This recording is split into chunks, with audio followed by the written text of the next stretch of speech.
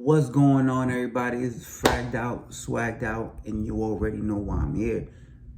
You probably said it somewhere down there. Today I'm talking about a fragrance that I received from Giuseppe Parfum.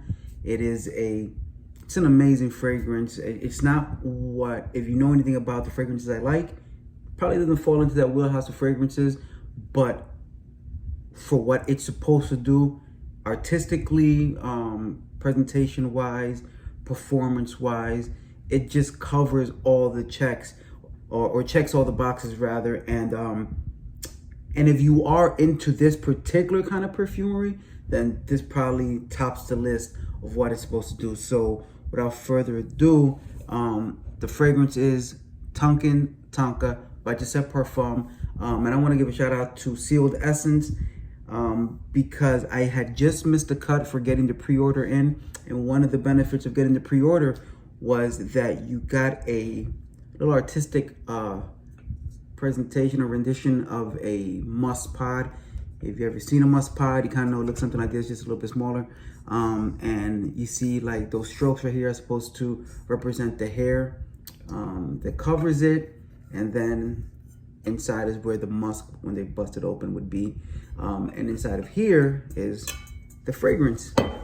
Tonkin Tonka. Great little bottle here.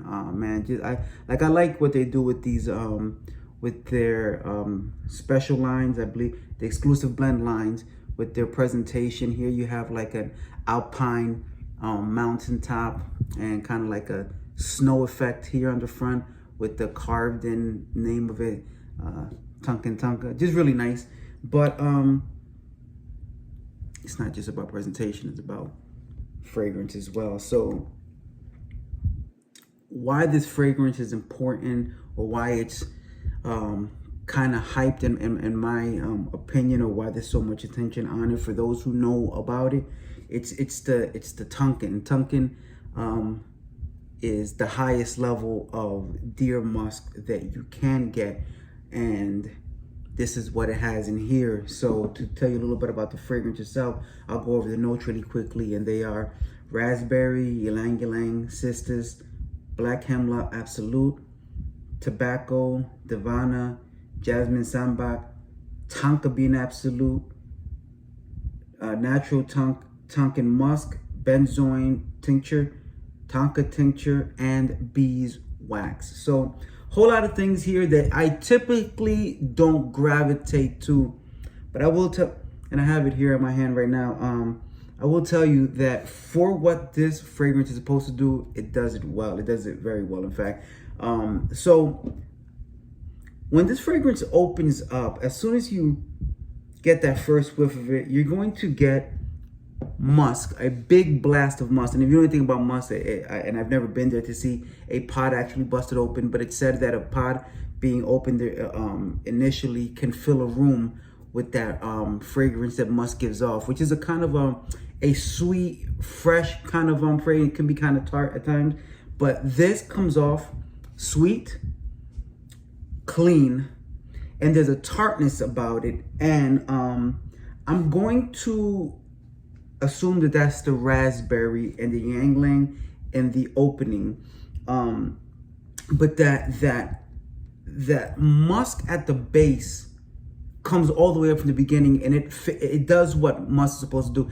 It fills the composition. It gives it this overall clean, crisp smell, but very bold, and it's kind of what you expect when you're told that this is the highest level of musk that you're gonna get. And that opening is really strong as well. It has that black hemlock absolute, and from what I understand, it's supposed to be this natural green kind of feel of the forest, and that's what you get here. You get this really crisp, natural, in the middle of nature, deep breath in the mountains opening, which is just, it's really nice. And then in the heart note, you're gonna get that tobacco, and that tobacco, the sweetness of tobacco comes up really quickly. And what you'll notice is that after that opening, when you get that little sweet, fruity, tart, fruity, and musk, that you go really into a lot of sweet facets that make a musk, which I really don't usually gravitate to, very interesting here. So what you're gonna get is that a lot of the tobacco coming in and kind of covering the whole mid and mixing really well with that Tonka Bean Absolute.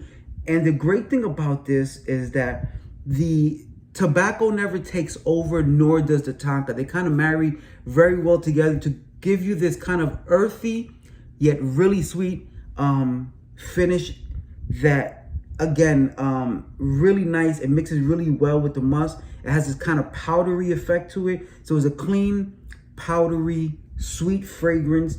And then by the time you get to the dry down, you really get a lot more of that musk, that clean, crisp smell, but with a lot of volume. And that's and that's the takeaway here when we're talking about the fact that it is Tonkin deer musk. It's a stronger, higher quality fragrance that it gives off.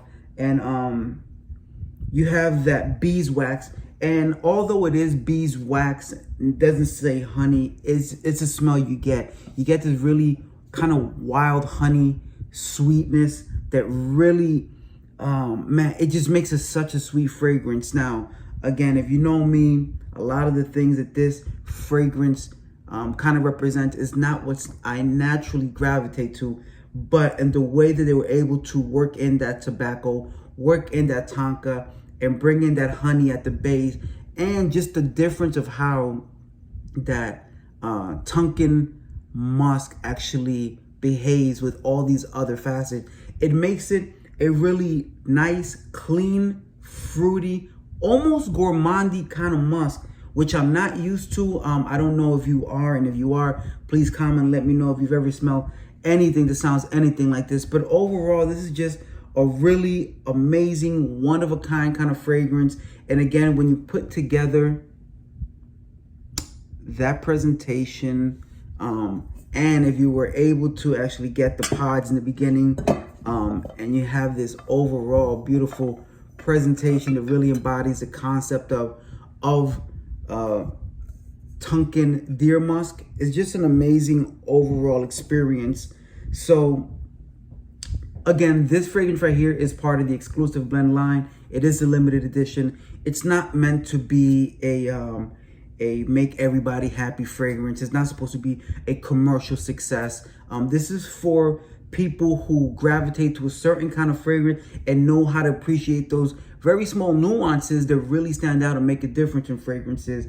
This one right here, it retailed at $459, but you can get samples for $159. And I'll check right now while I'm here on with you. So the 10 ml extrait de parfum sample is $10.59, and yes, the 30 ml is $459. And I will tell you that unless they've got additional pods available, if you buy it now, the musk pod is not part of the final presentation. And I'll just tell you that up front, so that if you do purchase it or get a sample, you don't feel like you were misled. Overall, just an amazing fragrance.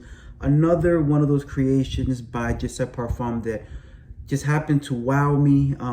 I love the fragrance house as a whole. I like the creative direction they take. There are multiple lines that do different things, whether it's being really creative with their exclusive brand, with their Sick or their Raw or their Cowabunga, exploring the coffees, or their noir line. It's just, they do so many things, and I like what they're doing. I definitely think they deserve more attention. If you get a chance, try out the house, try some samples.